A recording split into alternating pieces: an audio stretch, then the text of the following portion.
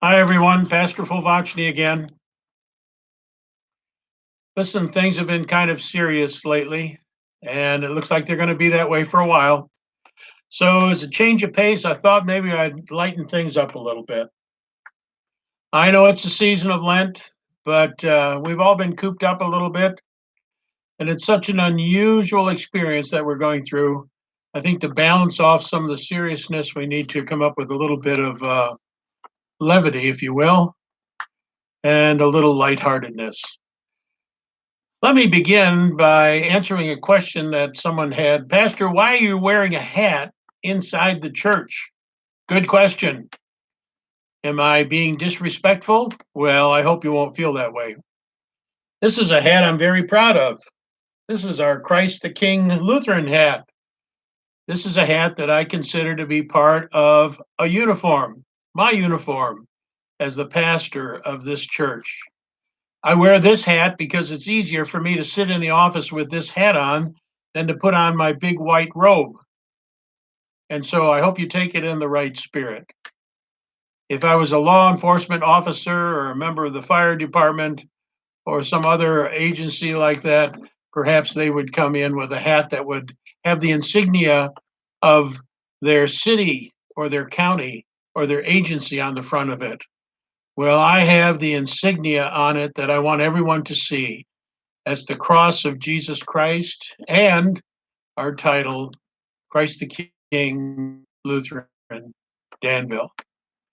Over my shoulder, you might see a picture of a young boy in a sailor's outfit. That's my son, Stephen, many, many years ago, when after September 11th, he and two of his other high school buddies decided that they were going to enlist and respond to the attack upon our country.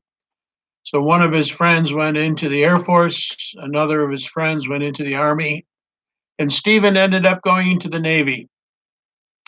He was a baby faced young boy at that point and served his country well, is now a civilian contractor with the Navy, working at a naval hospital in the Virginia Beach area. We're very and all that he continues to do to keep our country safe and running. Some of you over my other shoulder might see a couple of little yellow ducks. And if you remember my office of the years past, you know that I'm always constantly trying to keep my ducks in a row. Some days it works better than others. And I have one little girl in this church who likes to come to the pastor's office just to rearrange those little ducks, maybe sneak one out for a little while to play with it. That's perfectly fine. I want every child to feel that there's something in the pastor's office that is welcoming and kind and fun. So my little ducks are there. You might also see a plaque hanging up on the bookshelf. It's a round one. It actually is a hand carved and hand painted replica of Luther's rose and the seal of our faith. It was made by a dear friend, Tony, on Long Island, and I keep it hanging as a reminder of his friendship and his thoughtfulness in presenting that to me. Hey, with that in mind, I've got a few humorous little stories to share. They're entitled Out of the Mouths of Babes, and we hope you'll enjoy them. A family was staying overnight at a friend's house in another city. At bedtime, the little girl told her mother that she was afraid to sleep alone in the bedroom by herself. The mother reminded her that God and her guardian angels would be there to watch over her while she was asleep. She said, "Yes, Mom, that's great, but I want someone with skin to sleep next to me." A mother took her small son to church one Sunday morning, and as the service went on and on, the boy became restless. She tried in vain to assure the little boy that the service would be over soon.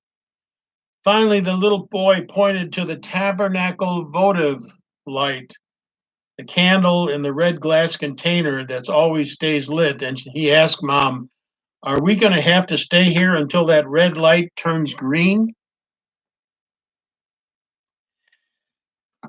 A lady from Rhode Island tells the story that when she was at the beach with her children, her 4-year-old son ran up to her, grabbed her hand, and took her to the beach, the shore, where a seagull lay dead in the sand. "Mommy, what happened to this bird?" the boy asked. "Well, he died and he went to heaven," Mom replied. The boy thought for a moment and then asked Mom, "And God threw him back down?" From the bulletin of one congregation in Maine, the parish council meetings are held the first Monday of the month after the Wednesday evening service. Yeah, figure that one out. From the bulletin of a Methodist church in Pennsylvania, the offertory hymn, "Be Not Afraid."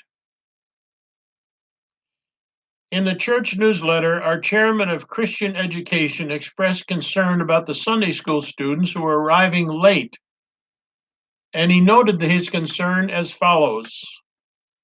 When the opening is delayed due to stranglers, it cuts into the time that teachers have to spend with your children sharing God's word. From the bulletin of Peace Lutheran Church in Kansas, before the lecture, he will be discussing his personal faith struggle in suffering at a potluck supper. The caption beneath a photograph of the St. Olaf College Choir in Arizona described, "This choir is internationally renounced." A pastor, Vernon Babcock from Franklin, Ohio, passed on this quote from John Calvin, reformer of the church. "There is not one blade of grass, there is no color in this world that is not intended to make us rejoice." Indeed, St. Francis of Assisi said, "You want to know one of the best ways to win over people and lead them to God?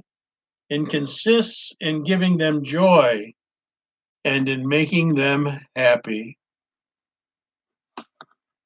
These are just a few of the little tidbits that I've run across lately, trying to lighten the moment. You know, it's hard sometimes when your focus is on all the difficult things that you hear about in the news, but underneath it all, you know, our God is holding us very secure. And with that in mind, we bid you adieu for now. God bless us and keep our hearts happy. See you next time.